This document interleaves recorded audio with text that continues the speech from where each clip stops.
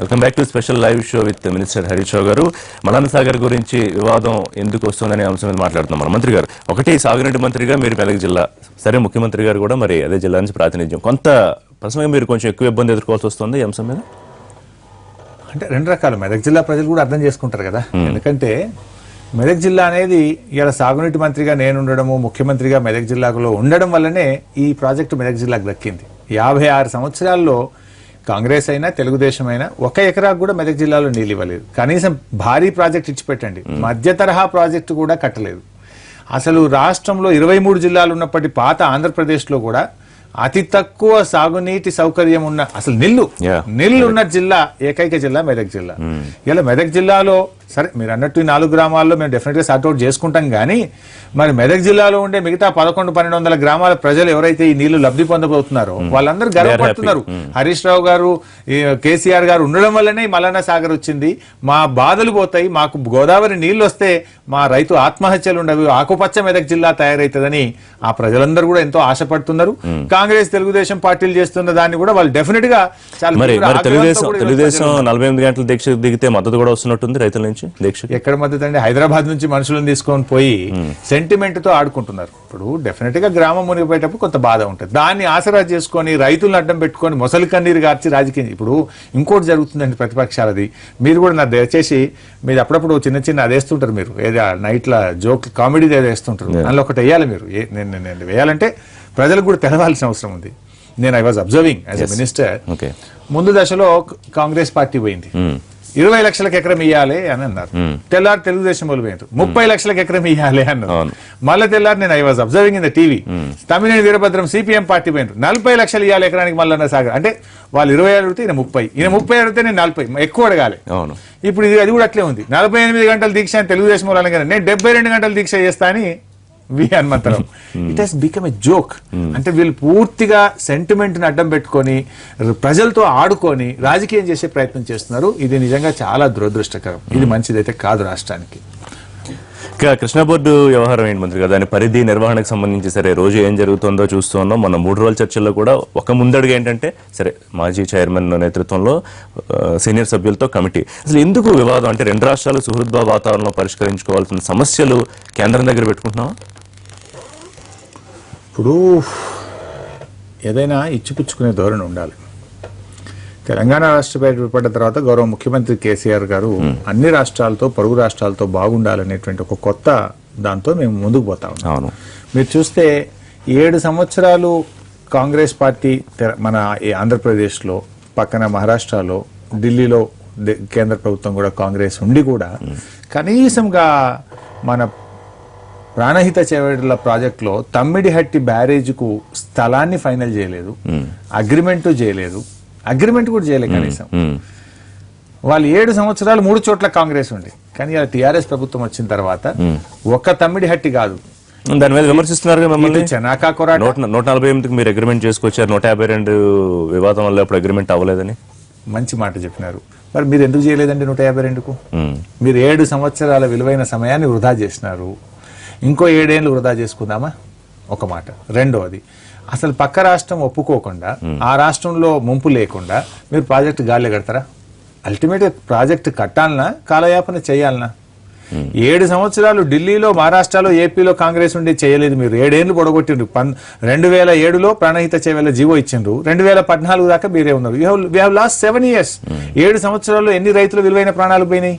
అంటే మేము అంటే వాళ్ళు మాట్లాడేది ఎట్లుందంటే మేమేదో కాంగ్రెస్ పార్టీ 152 చేసుకొస్తే టీఆర్ఎస్ వాళ్ళు వచ్చి 148 తగ్గించినట్టు ప్రచారం చేస్తారు. గోబల్స్ మీరు చేసుకొచ్చిండ్రా? అప్పుడు మహారాష్ట్ర ముఖ్యమంత్రి, కాంగ్రెస్ ముఖ్యమంత్రి చౌహాన్ గారు మన కిరణ్ కుమార్ రెడ్డికి లెటర్ రాసిండు. అసలు అగ్రిమెంట్ కాలే, లెవెల్ డిసైడ్ కాలే, మీరు ఎట్లా ప్రాజెక్ట్ కడతారు, మీరు పెట్టే 100,000 కోట్ల రూపాయల డబ్బు వృధా అవుతుంది, జాగ్రత్త అని హెచ్చరిస్తూ ఆనాటి మహారాష్ట్ర ముఖ్యమంత్రి మనకు లెటర్ రాసిండు. అంటే that indicates the Congress failure. ఆ రోజు తెలంగాణ వాళ్ళ ఇరిగేషన్ మంత్రి ఉండి మరి ఏమాత్రం పట్టి, నేను ఇవాళ మహారాష్ట్రకి ఎన్నిసార్లు పోయినండి? 10 సార్లు పోయినా. ఎంత జాగ్రత్తగా మహారాష్ట్ర ప్రభుత్వాన్ని ఒప్పించి మెప్పించి సహృద్భావ వాతావరణంలో ఈ రోజు 3 బ్యారేజీలకు తీసుకొచ్చిన, మీరు ఒక్కటి చేయలేదు. మేము 40 ఏండ్ల కల అయిన ఆదిలాబాద్ ప్రజల కళ లోయర్ పెనుగంగను సాధించినాం, పనులు ప్రారంభించినాం. ఆల్రెడీ పనులు స్టార్ట్ అయినాయి. లోయర్ పెనుగంగ, తమ్మిడి హట్టి కొప్పించినాం, ఇవాళ మేడిగడ్డ కొప్పించినాం. ఇవాళ తెలంగాణను సస్యశ్యామలం చేయడానికి ఉత్తర తెలంగాణకు జీవన రేఖ అవసరమైతే రేపు దక్షిణ తెలంగాణ కృష్ణాలో నీళ్లు తగ్గితే ఇక్కడి నుంచి నీళ్లు తీసుకుపోయి తెలంగాణకు ఒక లైఫ్ లైనే కాళేశ్వరం ప్రాజెక్టు. అది ముఖ్యమంత్రి గారి కళ, అది ముఖ్యమంత్రి గారి ప్రయత్నం. ముఖ్యమంత్రి గారు ఇలా దూరదృష్టితో ఆలోచించడం వల్ల అది సాధ్యమైంది తప్ప కాంగ్రెస్లో లెక్క మీడియా కవరేజ్కో చీటికి మాటికి మహారాష్ట్రతో గిల్లీ పంచాయతీలు పెట్టుకుంటే ఇంకా 10 ఏళ్ళైనా ప్రాజెక్టు కాకపోవు, తెలంగాణ సస్యశ్యామలం. మీరు మహారాష్ట్ర ముఖ్యమంత్రిని కలిశారు, అది సక్సెస్ చేసుకొచ్చారు. రేపు ముఖ్యమంత్రులు ఇద్దరు కలవబోతున్నారు. ఒకటే మంత్రి గారు. రెండోది కర్ణాటకతో వెళ్లారు, అక్కడ కూడా మనకి ప్రయోజనాలు ఏం కావాలో తెలంగాణ రాష్ట్రం అసలు ఎప్పుడన్నా చరిత్రలో నీళ్లు రాలేదండి. కర్ణాటకకు పోయి ఒక టీఎంసీ నీళ్లు తెచ్చి మహబూబ్ నగర్ ప్రజలకు త్రాగునీరు ఇచ్చినాం. ఎగ్జాక్ట్లీ నేను అదే రాబోతున్నా. 2 రాష్ట్రాలతో బాగున్న మేము అర్థం చేసుకోవాల్సింది సమస్య తెలంగాణతో కాదు, సమస్య ఆంధ్రప్రదేశ్ తో. తెలంగాణ మహారాష్ట్రతో బాగుండగలిగినప్పుడు కర్ణాటకతో ఉన్నప్పుడు ఏపీతో ఎందుకు ఉండలేకపోతుంది? మేము ఎంత ప్రయత్నం చేసినా ముఖ్యమంత్రి గారు వాళ్ళ క్యాపిటల్ కట్టుకుంటే పోయి మేము దీవించి వచ్చినామండి. తుఫాన్ వస్తే విశాఖపట్నంకు మేము కరెంటు పోల్లు ట్రాన్స్ఫార్మర్లు పంపినామండి. ఎప్పుడైనా వీఆర్ వెరీ పాజిటివ్. కానీ వాళ్ళు రాత్రికి రాత్రి 7 మండలాలు గుంజుకుంటారు, లోయర్ సీలేరు గుంజుకుంటారు, కరెంట్ రాకపోతే ఇయ్యరు, కృష్ణా బోర్డు విషయంలో మేము ఉమ్మడి అది ఎక్కడ ఉందండి చట్టంలో? రాత్రికి రాత్రి తెలంగాణ కన్సర్న్ లేకుండా, తెలంగాణను పట్టించుకోకుండా అసలు భద్రాచలం పక్కకు కూడా తీసుకున్నారు. ఇంకోటి నిన్న చూడండి, ఉమ్మడి రాష్ట్రంలో చంద్రబాబు నాయుడు అసెంబ్లీలో ప్రతిపక్ష నాయకుడిగా ఉన్నప్పుడే పాలమూరు ఎత్తిపోతల పథకం దిండికి ఆ రోజే జీవో వచ్చింది. ఆ రోజేమో చంద్రబాబు నాయుడు దాన్ని వ్యతిరేకిస్తూ ఎట్లా లెటర్ రాస్తారు? దాని మీద కన్ఫ్యూజన్ ఏంటంటే అప్పుడు జీవో జారీ చేసింది ప్రాజెక్టులు అనుమతులు ఇస్తున్నా లేకపోతే సర్వే కోసమా? రకరకాల వాదనలు వినిపిస్తున్నాయి. 2007, 2013లో వచ్చిన జీవోలకి పాలమూరు రంగారెడ్డి దిండి విషయం చాలా స్పష్టం. 2007 అంటే 7 ఏళ్ల కింద కదా. చంద్రబాబు ఇక్కడనే ఉన్నాడు కదా ప్రతిపక్ష నాయకుడు. 7 ఏళ్ల కింద దిండి ఎత్తిపోతల పథకం ద్వారా ఇగో ఇన్ని ఎకరాలకు నీళ్ళు ఇస్తాము, ఈ ప్రాంతానికి నీళ్ళు ఇస్తాము, డిపిఆర్ తయారు చేసి ముందుకు బొమ్మని చెప్పారు. పాలమూరుకు కూడా జీవో ఇచ్చారు. నిజంగానే అది మీకు ఏదైనా ఇబ్బంది ఉంటే ఆ రోజు ఎందుకు వ్యతిరేకించలేదు చంద్రబాబు నాయుడు గానీ తెలుగుదేశం పార్టీ గానీ? ఈ రోజు ఎట్లా వ్యతిరేకిస్తారండి? అంటే మీ ఉద్దేశం ఏంటి? You want to oppose? ఇవాళ మేము కాళేశ్వరం ప్రాజెక్టు కడుతున్నాం. అది ఏంటంటే సముద్రంలో నీళ్లు పోతున్నాయి. నిన్న ఇంత కరువులో 1000 టీఎంసీలు పోతుంటే నీళ్లు సముద్రంలో పోయినా పర్వాలేదు కానీ తెలంగాణలో ప్రాజెక్ట్ కట్టుకోవాలి. అసలు కాళేశ్వరం అనవసరమైన ప్రాజెక్ట్ అని కూడా మాట్లాడుతున్నారు. ఎవరు? ఇంకెవరు? మీరు చెప్పే ప్రతిపక్షాలే. ప్రతిపక్షాలు మాట్లాడితే జనం వాళ్ళని తరిమి కొడతారు. కాళేశ్వరం వద్దంటే, మనకు ప్రాజెక్టులు వద్దంటే, గోదావరి నీళ్లు వద్దంటే జనం వీళ్ళని మొన్ననే చూసింది కదనే. పాలేరులు ఇవే మాటలు మాట్లాడింది కదా. పాలేరులు అదే మాట్లాడినారు, హైదరాబాద్ లో అదే మాట్లాడినారు, ఖమ్మంలో మాట్లాడినారు, నారాయణఖేడ్లో మాట్లాడినారు. డిపాజిట్కి వెళ్ళంతనే వాళ్ళే. ప్రజలు వాళ్ళని నమ్మే పరిస్థితి లేదు. ఇవాళ మీరు ఎంత సమయం వృధా చేసిండ్రండి. మీరు దేవాదుల ప్రాజెక్టు ఉదాహరణ చెప్తారు. 14 ఏళ్ల కింద 2001లో 15 ఏళ్ల కింద దేవాదుల స్టార్ట్ అయితే మీరు 2001 నుంచి 2014 14 years మీరు అధికారంలో ఉండి ఇచ్చిన నీళ్ళు ఎంత? 50,000 ఎకరాలు. 5,70,000 ఎకరాలకు నీళ్లు బారాల్సిన దేవాదులలో ఒక 5 టీఎంసీల రిజర్వాయర్ లేదు, 3 లేదు, 2 లేదు. 2 టీఎంసీల రిజర్వాయర్ కట్టలేదు. నీళ్ళు ఎందుకు పడతాయి? ఎక్కడికి వెళ్ళి పడతాయి? ఇలా కల్వకుర్తి 3,70,000 ఎకరాలకు నీళ్లు ఇవ్వాల్సిన కల్వకుర్తిలో 3 టీఎంసీల రిజర్వాయర్ కట్టలేదు. అంటే పూర్తిగా అనాలోచితంగా తెలంగాణకు నీళ్లు రావద్దని, తెలంగాణ బతకొద్దని ఒక కుట్రపూరితంగా ఆ కట్టిన ప్రాజెక్టులను కూడా ఆ రకంగా కట్టడం వల్ల తెలంగాణ ప్రాంతానికి అందుకే పట్టుకోలేదు. ముఖ్యమంత్రులకు దాసోహం అయిపోయిన వాళ్ళు ఏం చెప్తే అది చేసిండ్రు. ఇలా వాళ్ళే మాట్లాడుతున్నారు దేవాదులలో ఒక రిజర్వాయర్ కట్టాలి, కల్వకుర్తిలో రిజర్వాయర్లు కట్టాలి. మరి ఆ రోజు ఎందుకు కట్టలే? ఆ రోజు ప్రాజెక్ట్ రిపోర్ట్లో ఎందుకు పెట్టలే? ఇవాళ అదే ముఖ్యమంత్రి కేసీఆర్ గారు ఆలోచించిండు కనుకనే, దాన్ని గుర్తించిండు కనుకనే ఇవాళ మేడిగడ్డ లాంటి పెద్ద రిజర్వాయర్ కట్టుకుంటే భవిష్యత్తులో ఎలాంటి పరిస్థితుల్లో తెలంగాణ సస్యశ్యామలంగా ఉండాలి. రేపు ఎలాంటి కరువు పరిస్థితులు వచ్చినా, వర్షపాతం తగ్గినా, ఎటువంటి రోజుల్లోనైనా తెలంగాణ బతకాలి, తెలంగాణ ఆకుపచ్చగా ఉండాలంటే ఇలాంటి రిజర్వాయర్లు ఉండాలని ముఖ్యమంత్రి గారు ఆలోచన చేసుకుంటారు. మంత్రి గారు, బ్యాక్ టు కృష్ణా బోర్డు. సరే, మీరు వ్యాఖ్యలు చేసిన, ఏపీ ఇరిగేషన్ మంత్రి దేవినేని ఉమా వ్యాఖ్యలు చేసిన, అంటే వితండవాదం లేకపోతే మొండి వైఖరి, నిరంకుశత్వం ఈ స్థాయికి వెళ్ళిపోయే మాటలు. ఎట్లా దీనికి సొల్యూషన్ ఎట్లా వస్తుంది? రిపోర్ట్ ఏ విధంగా రావచ్చని మీరు అనుకుంటున్నారు? అసలు బేసిక్ గా తెలంగాణ ప్రభుత్వం కూడా ప్రాజెక్టులన్నీ కృష్ణా బోర్డు పరిధిలో ఉండాలని కోరుకుంటుంది. We are the first. అయితే చట్టంలో ఏముందంటే Krishna board is only a regulatory authority. మనము ఏ ప్రాజెక్టుకి ఎన్ని నీళ్ళని నిర్ణయిస్తే దాన్ని అమలు చేసే బాధ్యత మాత్రమే బోర్డుకున్నది. ఆ నిర్ణయించాల్సింది ఎవరు? ట్రిబ్యునల్ నిర్ణయించాలి. ఆ బచావత్ ట్రిబ్యునల్ ఇప్పుడు హియరింగ్స్ నడుస్తున్నాయి. రాష్ట్ర ప్రభుత్వాలు వాదనలు వినిపిస్తున్నాయి. అందుకే నేను కేంద్ర ప్రభుత్వాన్ని మొన్న జరిగిన NWDA మీటింగ్ లో కూడా అడిగిన, మీరు దయచేసి ఆ ట్రిబ్యునల్ను ఆదేశించి ఒక 3 నెలల్లో 6 నెలల్లో పెట్టి వీక్లీ హియరింగ్స్ పెట్టి అది 3 నెలలకు 2 నెలలకు పెట్టొద్దు. తొందరగా అవార్డు పాస్ చేస్తే ఏమైందంటే ఇష్యూ క్లోజ్ అవుతుంది వన్స్ ఫర్ ఆల్. అప్పుడు కృష్ణా బోర్డును మొత్తం ప్రాజెక్టులు తెలంగాణలో ఉన్న మొత్తం ఆంధ్రప్రదేశ్లో ఉన్న అన్ని ప్రాజెక్టులు కృష్ణా బోర్డుకి ఇచ్చి వాళ్ళని రెగ్యులేట్ చేయమంటే once for all this issue will be solve. కానీ అవార్డు ఫైనలైజ్ అయ్యే వరకు కేంద్ర ప్రభుత్వం అవార్డు మానిటరింగ్ ఎట్లా మంత్రి గారు? ఇప్పుడు అవార్డు ఫైనలైజ్ అయ్యే వరకు గత సంవత్సరం ఎట్లా చేసినాము? గత సంవత్సరము తాత్కాలికమైన అరేంజ్మెంట్ చేసుకొని మనం లాస్ట్ బిఫోర్ ఇయర్ వర్షాలు బాగా పడ్డాయి కనుక అసలు ఇష్యూయే రాలే, బ్రహ్మాండంగా సాగిపోయింది. పోయిన సంవత్సరం తీవ్రమైన కరువు, 811 టీఎంసీలు రావాల్సినటువంటి కృష్ణాలో మనకు హార్డ్లీ 180-190 టీఎంసీ వచ్చింది. నీళ్లు తక్కువ వచ్చినాయి కనుకనే పంచాయతీ ఎక్కువైంది.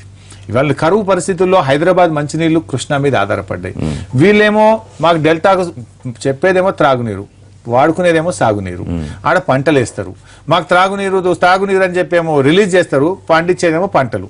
ఈడ మొత్తం హైదరాబాద్ నగరం, 1 కోటి జనాభా ఉన్న హైదరాబాద్ నగరం దాని మీద ఆధారపడ్డది. లెవెల్ డౌన్ అయితే పుట్టంగండి దగ్గర మన హైదరాబాద్ మెట్రో వాటర్ సప్లై పంపులు నడవయి. నీళ్ళు వదలాలి అంటే ఆడ లెవెలే లేదు. హైదరాబాద్ నీళ్లు బంద్ అయితే ఏం కావాలి? ఇంత పెద్ద నగరం, మహానగరం. మీరు ఇక్కడనే ఉంటారు, మీరు ఉమ్మడి రాజధాని అంటారు, 10 ఏళ్ళు ఈయనే ఉంటామంటారు, మీరు ఇవే నీళ్లు తాగుతారు. హైదరాబాద్ నీళ్ళు వద్దు కానీ మాకు 2వ పంటకు నీళ్లు వదలాలి. అది చెప్పేదేమో త్రాగునీరు, వాడుకునేదేమో సాగునీరు. సో అలాంటి 1-2 సందర్భాల్లో 3 రోజులు 4 రోజులు అటు ఇటు జరగవచ్చు. Because level has to be maintain for Hyderabad drinking water. మరి లాస్ట్ బిఫోర్ ఇయర్ బ్రహ్మాండంగా పోయింది. బహుశా ఈసారి మంచి వర్షాలు వస్తాయి అనుకుంటున్నారు కనుక ఈ 6 నెలల్లో 3 నెలల్లో 9 నెలల్లో కృష్ణా బోర్డు పూర్తి స్థాయిలో ప్రాజెక్టులు తీసుకునేదాకా యథాస్థితిని కొనసాగించాలని తెలంగాణ ప్రభుత్వం అంటుంది. ఒకటి. రెండవది, బచావత్ అవార్డు అనేది ఫోర్స్ లో ఉంది కనుక మీరు పట్టిసీమ ద్వారా నీళ్లు మళ్లిస్తున్నారు. పోలవరంకు జాతీయ ప్రాజెక్ట్ హోదా వచ్చింది. మనకి ఇలా బచావత్ అవార్డు ఏం చెప్పిందంటే the moment Polavaram gets clearances the upper riparian states will get the right over the Krishna water. దాంట్లో అబోవ్ ఎన్ఎస్పీ అంటే మాకు 45 టీఎంసీలు రావాలి. మీరు అపార్ట్ ఫ్రమ్ పోలవరం మరో పట్టిసీమ ఇది సపరేట్ ప్రాజెక్టు, దీని కింద కూడా 80 మళ్లిస్తున్నామని గొప్పగా చెప్తున్నారు. పట్టిసీమని మీరు ఒప్పుకోవట్లేదు పోలవరం అంతర్భాగంగా? మేము ఒప్పుకోవడం కాదు, కేంద్ర ప్రభుత్వం ఒప్పుకోలే.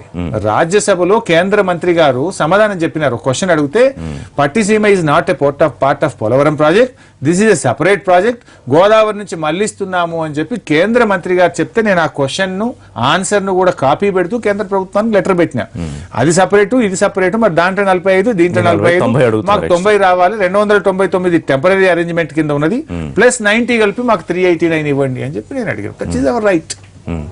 సో కృష్ణా బోర్డు మొత్తం మీద తేలే వరకు ఈ వివాదం కొనసాగుతూనే ఉంటుందా? ఈ వివాదం కొనసాగే వరకు అప్పట్లో ఉద్యమ సమయంలో ఏదైతే కొంచెం మాట్లాడి ఇటు దొరలేయో మళ్ళీ అట్లాంటి పరిస్థితి అక్కడక్కడ కనిపించట్లేదు. అది ఆంధ్రప్రదేశ్ ప్రజల్ని కూడా కోరుతున్నా, మీరు కూడా గమనించండి. మేము మహారాష్ట్రతో బాగుండగలిగినప్పుడు, కర్ణాటకతో బాగుండగలిగినప్పుడు ఆంధ్రప్రదేశ్తో ఎందుకుండలేము? తెలుగు వారిగా కలిసి ఉండాలనే కోరుకుంటున్నాం. కానీ ఆంధ్రప్రదేశ్ చీటికి మాటికి ఇవాళ మా కరూరు జిల్లా మహబూబ్ నగర్ కు పాలమూరు ప్రాజెక్ట్ కట్టుకుంటే దాన్ని తెలుగుదేశం ప్రభుత్వం వ్యతిరేకించింది.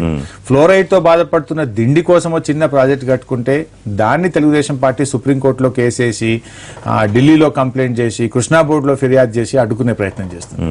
సముద్రంలో కలిసే కాళేశ్వరం నీళ్లతోనన్నా 4 ప్రాజెక్టులు కట్టుకుంటే దాన్ని అడ్డుకునే ప్రయత్నం చేస్తున్నారు. అంటే మా నోటికాడ బుక్కని ఎత్తగొడతాం, అసలు మమ్మల్ని రాష్ట్రం ఏర్పడ్డాక కూడా ప్రాజెక్టులు కట్టుకొని ఏమనే విధంగా తెలుగుదేశం పార్టీ వ్యవహరిస్తే మరి ఈక్వల్ గా మేము కూడా రియాక్ట్ కావాల్సి వస్తుంది. అనుమతుల ఎప్పటికైనా వీఆర్ అప్పర్ రైపేరియన్ స్టేట్. మీరు ఇదే రకంగా చేస్తే ఎవరు నష్టపోతారు? ఎవరు నష్టపోతారు? మంచిగా ఉంటే లాభపడేది ఆంధ్రప్రదేశ్. మేము ప్రేమతో ఉన్నాం. మా ముఖ్యమంత్రి గారు ఎప్పుడైనా లివ్ అండ్ లెట్ లివ్ అంటే మరి బెదిరిస్తున్నారంటున్నారు. నేనేం చేయాలి చెప్పండి? ఉన్నది చెప్పిన మా కేసీఆర్ గారు ఎప్పుడు మా ముఖ్యమంత్రి గారు లివ్ అండ్ లెట్ లివ్ అంటారు, బతకండి బతికించండి అంటాడు. ఆయన ప్రేమ గల మనిషి. కానీ వీళ్ళు ఏం చేస్తున్నారంటే మమ్మల్ని బతకని, మేమే బతకాలి మీరు బతకొద్దని, సముద్రంలో కలిసిన నీళ్ళు కూడా తెలంగాణ వాడుకోవద్దని కాళేశ్వరం మీద కోర్టుకుపోతారు, దీని మీద కోర్టుకుపోతారు. ఈ మమ్మల్ని మాటి మాటికి ఇబ్బంది పెడితే మేము ఏం చేయాలి చెప్పండి? ప్రస్తుతానికి ఎవరు గేట్లు క్లోజ్ చేసుకున్నారు ఏపీ తెలంగాణ ప్రభుత్వం. ఎట్లా క్లోజ్ చేసుకుంటారు? ఇలా శ్రీశైలము ఆంధ్రప్రదేశ్ కింద ఉన్నది, నాగార్జున సాగర్ తెలంగాణ కింద ఉన్నది. యథాస్థితి వాళ్ళు అడుగుతున్న కుడికాల నిర్వహణ ఇచ్చినా కూడా ఇబ్బంది అవుతుంది. ఎవరు భూభాగంలో వాళ్ళు గేట్లు ఎత్తే ఉంటుంది ఆ ప్రాజెక్టు, మేము ఎత్తేస్తాం వాళ్ళు ఎత్తేస్తారు, నీళ్ళని పోతే ప్రాజెక్ట్ ఖాళీ అవుతుంది. That must be a system. Krishna board ఏదైతే చెప్తుందో దాన్నే తెలంగాణ అమలు చేస్తుంది. కేఆర్ఎంబి కుడికాలోకి ఎన్ని వదులుమంటే అన్ని వదులుతాం, ఎడమకాలోకి ఎన్ని వదులుమంటే అన్ని వదులుతాం. There is a system, there is a process, there is an authority. ఆ అథారిటీ చెప్పినట్టు మేము గతంలో నడుచుకున్నాం, ఇప్పుడు కూడా నడుచుకుంటాం. అల్టిమేట్ గా కేఆర్ఎంబి పరిధిలోకి ప్రాజెక్టులన్నీ వెళ్లేదాకా కూడా మనం యథాస్థితిని కొనసాగించాలన్నదే మా ప్రిపరేషన్, మా యొక్క ఆలోచన. Right. Very important. Palamuru Rangareddy దీనికి సంబంధించి ప్రతిపక్షాలు కామెంట్లు కానివ్వండి, సరే ప్రాజెక్టులకు వ్యతిరేకం కాదు, రీడిజైనింగ్, దాని వెనకాల కుంభకోణం, ఆంధ్రప్రదేశ్ ప్రతిపక్ష నేత ధర్నాలు, దీక్షలు, ఈ వ్యవహారం గురించి చెప్పండి మంత్రి. 2 ఇష్యూలు. ఈయన కాంగ్రెస్ పార్టీ ఎన్ని ఎన్ని ఎన్ని నాలుకలండి కాంగ్రెస్ పార్టీకి. పాలమూరు కట్టద్దని రఘువీరారెడ్డి గారు విజయవాడ బ్యారేజ్ కాడ దీక్ష చేస్తాడు. కాళేశ్వరం కట్టద్దని కాళేశ్వరంకి అనుమతి ఇవ్వద్దని మహారాష్ట్ర కాంగ్రెస్ పార్టీ బొంబాయిలో ధర్నా చేస్తుంది. కాళేశ్వరం జల్లి కట్టాలని తెలంగాణ కాంగ్రెస్ ఇది ధర్నా. అంటే ఒక కాంగ్రెస్ కు 3 తలకాయలు 3 నాలుకలు 3 మాటలు.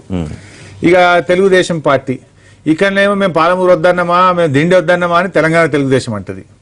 ఆంధ్రప్రదేశ్ తెలుగుదేశం వాళ్ళ నాయకుడు చంద్రబాబు నాయుడు ఏమో విజయవాడలో ఏమంటాడు, ఖచ్చితంగా ఆపి తీరుతాం, మేము సుప్రీంకోర్టు పోయినాం, మేము కంప్లైంట్ చేసినాం అంటాడు.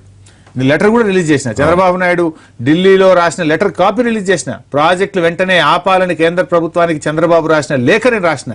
చంద్రబాబు వీళ్ళ నాయకుడే కదా, ఈ రోజు కూడా చంద్రబాబు అధ్యక్షుడే కదా. ఆయననేమో తెలంగాణలో కట్టద్దని ఆయన లెటర్ రాస్తాడు, వీళ్ళేమో కట్టాలని వీళ్ళు మాట్లాడతారు. ఏం చెప్పాలి ఈ పార్టీల సంగతి అంటే ఒక్కొక్క పార్టీ పూటకో మాట గడియకో మాట, ఆంధ్రలో మాట, తెలంగాణ కాంగ్రెస్ పార్టీ ఏమంటుందంటే ప్రాంతీయ ప్రయోజనాలు ముఖ్యం అంటుంది. ఏ ప్రాంత ప్రయోజనాలు విధానం ఉండాలి. మీకు నాయకురాలు సోనియా గాంధీ గారు వెళ్ళి చెప్పండి, ఎస్ తెలంగాణకు మాకు నీళ్లు కావాలి, ఇట్లా మహారాష్ట్ర ఇట్లా మాట్లాడొద్దు అడ్డుపడొద్దు అని చెప్పండి. మీరు మహారాష్ట్రలో కాంగ్రెస్ ఉన్నప్పుడు మీరు అనుమతి దేకపోతుంది. ఇలా మేము ఒప్పించి మెప్పించి అనుమతి తెస్తుంటే అక్కడ రాజకీయం చేసి అక్కడ ప్రభుత్వాన్ని మాకు అనుమతి ఇవ్వకుండా అడ్డుకునే ప్రయత్నం చేస్తున్నారు. This is the type of politics Congress is playing. ఇది రాష్ట్ర ప్రయోజనాలకు పూర్తిగా విరుద్ధం. ప్రజలు కూడా దీన్ని గమనిస్తున్నారు. ఇంకా కొంచెం మీరు అన్నారు అవినీతి అన్నారు. మల్లన్న సాగర్ లో 1000 కోట్ల అవినీతి జరిగిందని మన స్పీచ్లు ఇచ్చారు. అసలు ఈ నిమిషానికి మల్లన్న సాగర్ కు టెండర్ విలువలేదే. టెండర్ విలువని దాంట్లో కూడా అవినీతి జరిగిందంటే నేను ఏం మాట్లాడాలి వాళ్ళకు? టెండర్ పిలుస్తానని నేను అన్నావు లెక్క, టెండర్ విలువని దాంట్లో అవినీతి జరిగిందని మాట్లాడతారు. అసలు ఇలా మన ముఖ్యమంత్రి గారు వచ్చిన తర్వాత కాంగ్రెస్ పార్టీ ఈపీసీ పెట్టి దోచుకుంటే ఈపీసీని రద్దు చేసినాం. పని చేయకుండానే టెండర్ రాగానే 4% మొబిలైజేషన్ అడ్వాన్స్ ఇస్తే ఒక్క పైసా కూడా ఇచ్చేది లేదని మొబిలైజేషన్ అడ్వాన్స్ రద్దు చేసి ఎంత పని చేస్తే గంతే బిల్ అనే పద్ధతి తెచ్చింది. సర్వే మనం చేసి, డిజైన్ మనం చేసి, ఎస్టిమేట్ మనం చేసి, చేసిన పనికే బిల్ ఇచ్చే విధంగా మనం చేస్తున్నాం. మీరు టెండర్లు పిలిస్తే ప్రాణహితలో 4% ఎక్సెస్, 5% ఎక్సెస్. ఇలా టీఆర్ఎస్ ప్రభుత్వం టెండర్లు పిలిస్తే మిషన్ కాకతీయలో 26% లెస్, కాళేశ్వరంలో 5% లెస్. అంటే ఎంత పారదర్శకంగా ఉంటే టెండర్లు లెస్ పోతున్నాయి, ఎంత పారదర్శకంగా టెండర్లు జరిగినాయి. ఈపీసీ రద్దు చేసి, మొబిలైజేషన్ అడ్వాన్స్ రద్దు చేసి ప్రభుత్వం ఇంత పారదర్శకంగా పనిచేస్తుంటే ఇవాళ మీరు బురదలుతున్నారు. పచ్చకల్లోనికి లోకమంతా పచ్చ కనబడ్డ మీరు అధికారంలో ఉన్నప్పుడు ఈపీసీ పెట్టి మొబిలైజేషన్ అడ్వాన్స్ పెట్టి దోచుకోవడమే లక్ష్యంగా మీరు చేసి ఒక్క ప్రాజెక్ట్ మీరు పూర్తి చేయలేదు. మీలాగా మేము చేస్తాం అనుకుంటే చేయడానికి ఈ ప్రభుత్వం సిద్ధంగా లేదు. ఇది తెలంగాణ ఉద్యమంలో నుంచి పుట్టిన పార్టీ కనుక డెఫినెట్ గా అవినీతి రహితంగా ఈ రోజు ప్రభుత్వం ముందుకు పోతుంది. మేము ప్రాజెక్టు పూర్తి చేస్తాం.